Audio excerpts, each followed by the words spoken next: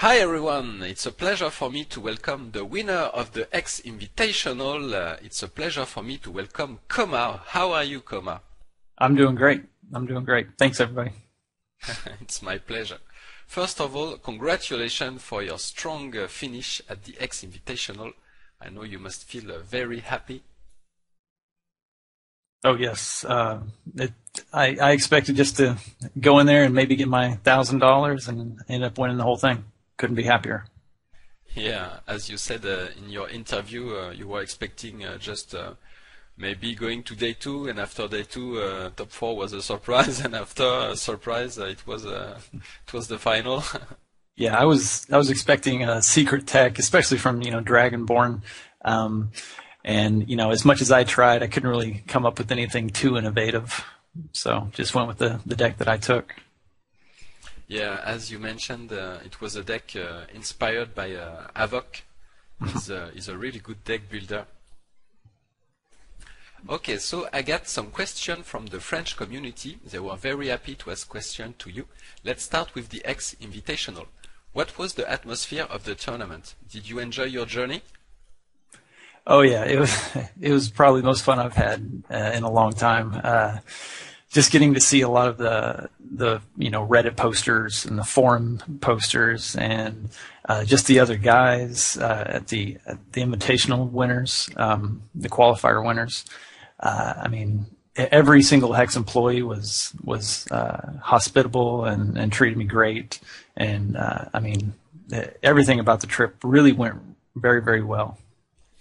Jadim told me he go to Disneyland. I did, yes. We mainly did shopping. I was with my fiance, and so she had to buy a whole bunch of little items for herself and her family. And I'm not the biggest roller coaster rider and all that kind of stuff. So we mainly did shopping.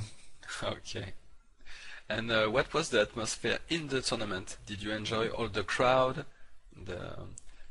Yes, I mean, I was a little nervous before, and then, once we got there, it was really cool to see everybody really into it and on the edge of their seat in every game. And while I couldn't hear a lot of the stuff because of our headphones, I could see the crowd's reaction and even just the casters. I appreciate the job that they did. It really brought a very professional and intense environment to the whole thing. Yeah, and Value City told me with the headset you can't hear a sound, but you can feel the floor shaking. Yes, you could feel vibrations in your peripheral vision. You could see, the audience raise their hands or get out of their seats, and if it's not something you did, then it was probably something your opponent did, and so you're like, oh goodness, something bad's about to happen to me. So. Okay, I got a question from Camaremo. Did you know all the players? Some of them are friends or rival. Did I know any of them? Yeah. I did not. As far as rivals, I don't really have any rivals in game. I wish everybody good luck at the beginning of every game pretty much I've ever played. Yeah, I've had a few, salty players, but I can't even remember their names. I don't like to dwell on the negative players, but I had a positive experience with all those guys. A lot of them said that they knew me from in-game and remembered losing to me a few times. So that kind of boosted my confidence a little bit, made me feel good. Okay. I got a question from Cheden. Why did you choose your deck? What was your thought? What was that last part? What was your thought? Why did you pick this deck? What was your intention? Okay. Sorry for my bad English. No, you're fine. Basically, I actually had a version of Spiders from the get-go. It was definitely different from Sirius's, but and also I played it a little differently with his Spiderlings holding on a lot of times as to dodge the Crocosaurs. I was like, well, that makes a lot of sense now in hindsight. It was very simple, elegant, just play style, but it's something I could have been doing differently. So Basically, I just knew that most forms of removal, that the Asered Fate would just prevent. And I'd originally kind of made a version of that, and Havoc definitely tweaked that, and then I added my own flavor to his deck. But it was originally after the Winter Moons, the Control Eagle of Winter Moon became very popular. I was like, okay, well, I know I'm going to see at least one or two of those at the tournament, and so I figured Asered Fate would be the answer to that. And then through playtesting, it was doing very, very well against the Wild Diamond, especially by adding the extra mass polymorph Dingler. So, it went from one or two good matches to, in the current metagame, to three or four pretty good matches. And so, I at least just wanted to make day two. I thought that was a very consistent deck and had good matchups across the field. So that's why I ended up taking it. Okay. I got a question from Deus and Frizet. What do you think of the shape of the tournament? Day one existed solely to get from 12 to 8 to make the draft, and the day one standings didn't carry over. What do you think of the shape of the tournament? Yeah, all the players knew fully going in the format and that your records do not carry over.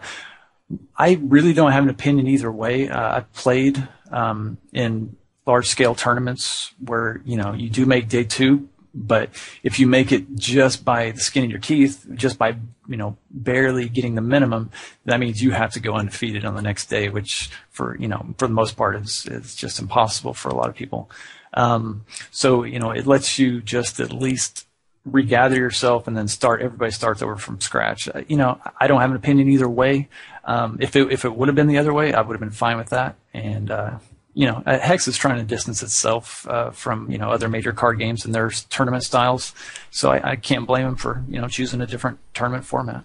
Oh. Sure, and they may experiment with going to the more traditional records carrying over, but it was nice just to try something a little different. Yeah, it was an awesome tournament. The draft was incredible. Really, really awesome matches and games. Yeah. I guess my thoughts on the draft real quick. I first pick Crocosaur. I saw him and I couldn't be happier when I saw him, but I also I was thinking I was one of the few players that were writing down information from the packs because we had time to write on pieces of paper. And so I would write down my next predicted 8 picks. And so I knew based on those power levels, and what cards came back that, who exactly was in what. And by the end of it, I did know, without a doubt, who was to my left, my immediate left, and who was to my immediate right, like what decks they were in. I believe in the first pack, what circled to me was the Hatchery Cultivator. And so I knew Spiders was open at that point, or at least it had been until Jadim Jedi had started taking it. But so at that point I knew at least I could possibly go into Spiders. But at that point, the Wild and Ruby was set up for me, and I was trying to really, really force it because of the Crocosaur. And then and just go a little bit further into it, I had great position. Even though I had a good feeling I was sharing the table with another Wild Ruby, I had great position because it was Eagle, who was to my immediate left, who I was passing to in pack 1 and passing to in pack 3. So I had first dibs on pretty much everything. Yeah, and Valucity and Serious told me it was a bit harder with 17 cards in the pack to read the signals. Yes. I had done some preparation, and it does make it a little tougher for sure because there are more power cards. And if there are more power cards, then 2 or 3 picks into it, there still might be another 1 or 2 power cards, very powerful cards. And so, yeah, it is very, very hard. It's hard to pick up on that. Okay. I got another question. How do you focus in and between games? Do you have any rituals? I mean, I'll do, just a stretching and Take a deep breath. yeah, they're, controlled breathing, taking, especially like in that type of environment. It's basically longer inspiration, so longer inward breaths, and then holding it, and then longer expiration, which is your respiration.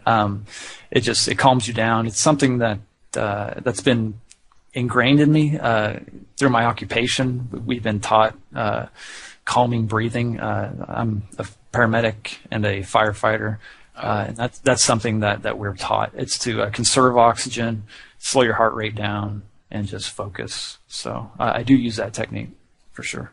Okay, nice. I got a question about risk and reward. In X, usually players go for low risk, low reward situation to avoid a dangerous move. Do you think players are too cautious sometimes? Yes, yeah, including myself. There were several matches where I wouldn't attack in, possibly with my Reese into his Asered Fate, because he could possibly play another Asered Fate. And while that would be a great trade for me, one Reese for two Asered Fates, I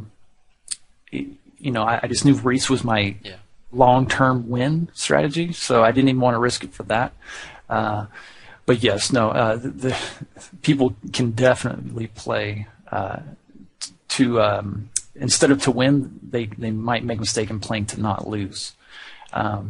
And go a little bit farther into that, a lot of times I'll put my mindset into where I'm in a losing position. And I had a hard time watching some of my matches again, because whenever, and it was pretty obvious, whenever I thought, and I caught myself doing this, if I thought I was in a winning position, if I thought I was winning, I would make a play mistake. But whenever I thought I was in a losing position, I would almost always play optimally, and so I have to, going forward, even I have, my flaws. I need to not play sloppy when I feel I'm ahead, basically. Okay, what was your favorite moment in the 2 days of the tournament? Man, I would say probably the semifinals. And after the semifinals, and that was against Vazriel and his Asered Fate. Before the pairings were announced, I was talking to several people and talking to my fiance. I was like, there are three other people in the top four. I don't want to face Vazriel. And that's the only one I don't want to play. If I don't play against him, I think I can make the finals. And then as soon as it was announced, it said Vazriel in the semifinals. Oh, so my heart sank there, and I thought for sure I was going to get knocked out. But then, of course, I got lucky. Reese blessed me on my games, and so at the end of that semifinals, I was as happy as I could be, because I knew that the other two guys I had a very good shot against. So. Yeah, you played turn 2 Reese lots of times. Yes. Reese was your friend, MVP Reese. Yeah. I need to maybe contact the artist and get like the original artwork for Reese and just frame it, because I do owe Reese a lot. Okay, I got a more general question from our viewers. A question from Overspace. What was your first TCG and your favorite beside X?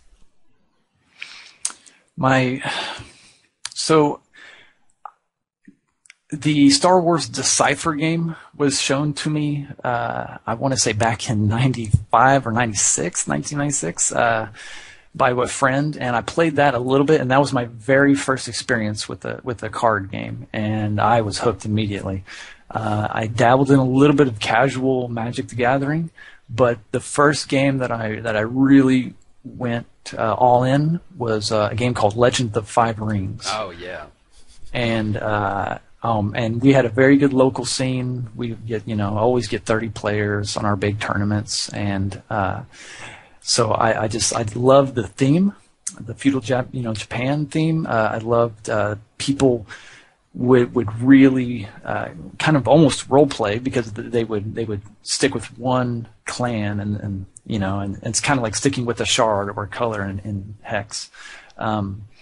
And they would only play that, and that was kind of cool. And I was more of a mercenary. I would just play whatever I thought would win, honestly. And that's kind of carried over in my gaming life. And I've played almost every card game that's been released. I mean, honestly, the only one that I really haven't played is Pokemon. But I don't feel I've missed too much. I've heard it's pretty similar to Magic the Gathering. I know the resource system is. But I currently play Game of Thrones, the LCG. It's by a company called Fantasy Flight Games. That's the only actual in-person like where you have to show up to play. Which I'll be probably playing that at Gen Con, as long as it doesn't get in the way of Hex. I just stopped playing Netrunner, which is another LCG by Fantasy Flight Games. Very good game. But I don't know. I really enjoy the Game of Thrones universe, and theme has a lot to do with what games I play, as well as the complexity. But I play various board games, but really for me right now, it's just Hex. Especially since I won, I'm all about Hex now. They need to hurry up and release set 4. I'll still be critical of them. They definitely need to release set 4 soon, just for my sanity. So we got a Game of Thrones card game. So hopefully we've got some fans out there and your listeners that have played that. Okay. I got a question from Sartrixa. Can you tell us more about your in-game nickname? I went the whole weekend without anybody asking me the origin of my name. Oh. And I've had people in game ask if I'm Swedish or something like that, and I don't know if it means something in that language, but basically the origin for it is kind of lame, but I'll go into it. When I was younger, I played an MMORPG. It was called Dark Age of Camelot. Oh yeah. Now that was one of the first. World of Warcraft was my first, that actually came after, I believe. I'm not sure. But in this game, my character was named Koma with a C, the way it's usually spelled, Coma. However, there was another game after that, and I can't even recall it. But some guy took the name Koma already, and so I just wanted to switch up the spelling of it, but also.